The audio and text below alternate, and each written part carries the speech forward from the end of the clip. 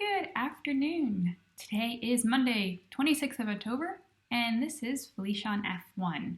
We're back to Portugal for the first time in 24 years, this time on a newish track at Portimao in the Algarve. How would the track hold up? Would we get another Mugello Classic, or would it be a bit of a dud? Let's get to it. Highlights, lowlights, hot takes, opinions, the usual format. First of all, congratulations to Lewis Hamilton on his 92nd victory. Any race he wins now will be making history. So will he win the remaining 5 races? Will he get to 100 before the end of next season? All possible. Lewis's lead over Bottas now is, let me just double check, is 77 points. So he could potentially wrap up the championship next week at Imola if, from what I know, Bottas DNFs in other circumstances. So it's just, again, a matter of how many victories he's going to get now, and every week finding more adjectives about him, about making history. So congrats to Lewis. Shout out to Charles and Pierre, finishing P4 and P5 respectively, driving the blank out of those cars and getting them to places above probably what's expected of their cars. The Ferrari doing a little bit better, at least for Charles, not necessarily for Seb, and Pierre doing great in the AlphaTauri.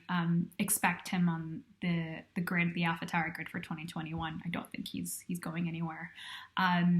Kimi Räikkönen, shout out to him. His start, I put in my notes heart eyes emoji. I don't necessarily know how to do that in a video, but I love his start from P16 to P6, and then of course dropped off a bit at the end, but just showing that his bit of craft and his bit of skill, so great to him. Lowlights, I'm so sorry to put this, but Alex Albon again, has he made his bed? Is he toast? Started P6, qualified pretty well, and then finished P12, just didn't have a good race. Red Bull saying that they're giving him all the chances until the end of this year. I just don't see it, unless there's a miracle that happens to him at Imola. I just see the Hülkenberg or Perez really knocking down the door to get that second seat. My personal choice would be George Russell, just because it would be great, but don't think that will happen. They need a solid number 2 and not someone to challenge Max, really.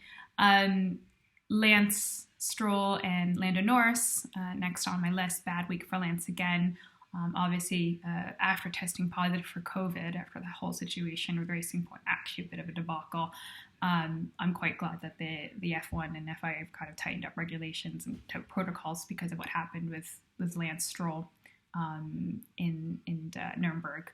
But bad week for him. He's had a few bad races since that podium at Monza. A bit of a curse, actually.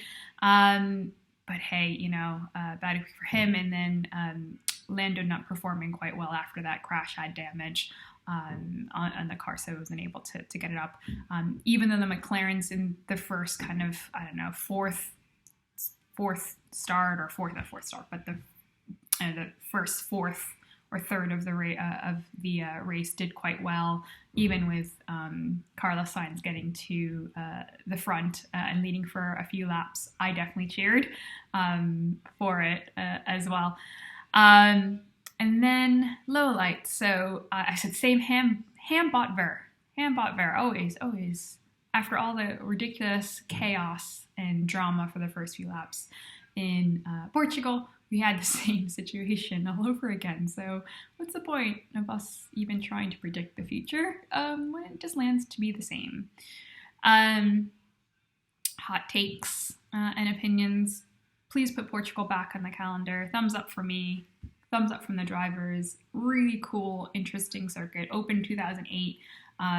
It looks like Barcelona when I saw the track listing, the track kind of graph. It looks a lot like Barcelona, but it's just completely different with the kind of we call it the undulations and a bit of the roller coaster effect.